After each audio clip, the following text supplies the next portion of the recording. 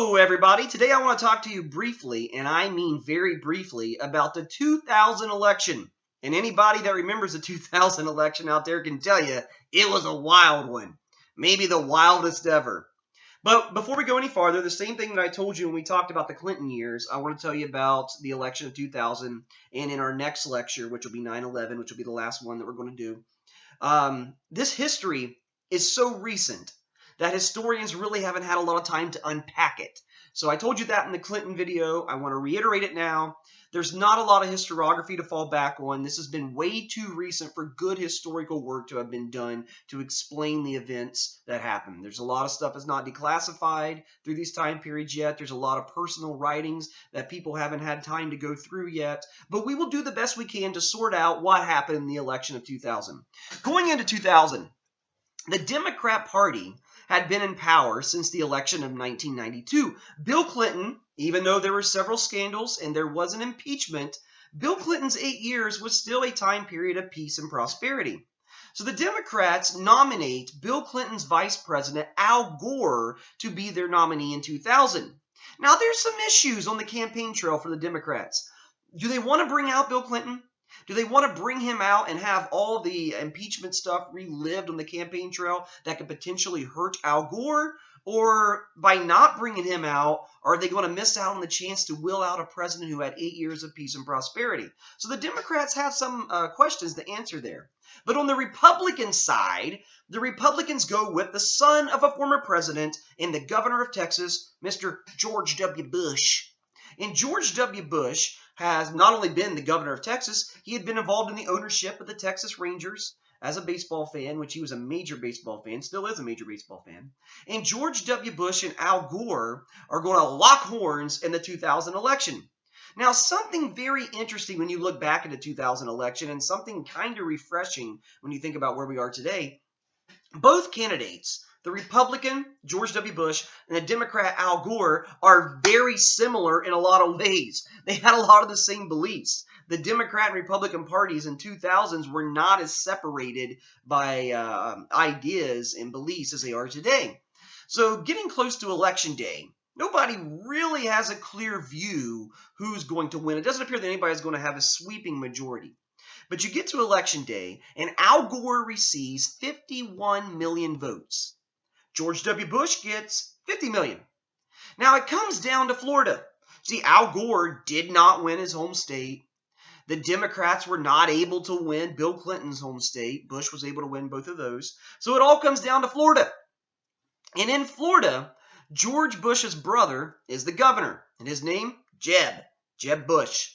But in Florida, George Bush appears after a long night on Election Day to squeak out a narrow victory in Florida. But as Al Gore's team looks at the Florida situation, they realize, whoa, this is too close. We've got to go back, look at all the ballots, see what happens. Maybe we actually won Florida and therefore would be the president of the United States of America. So a month-long battle rages in the courts and on the talk news and all that stuff at the time period in the United States of America. And all the ballots in Florida are counted, and they're recounted, and they're counted by hand, and they're counted again, and they're counted upside down. They're counted a million ways.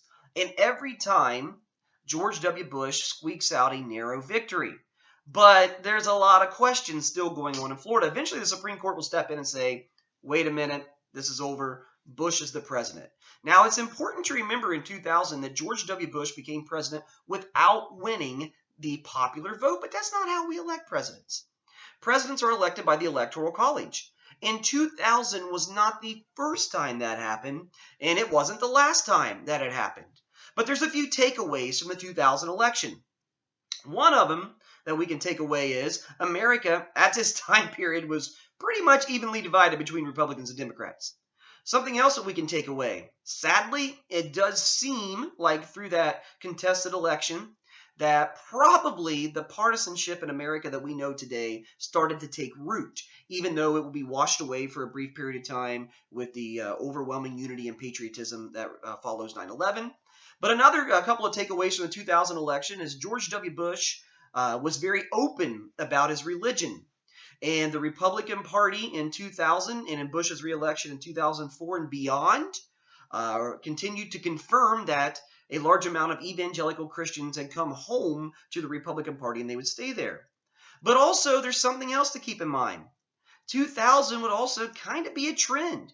The Republican Party has only won the popular vote in a presidential election one time in the past 30 years, and that'll be Bush's reelection in 2004.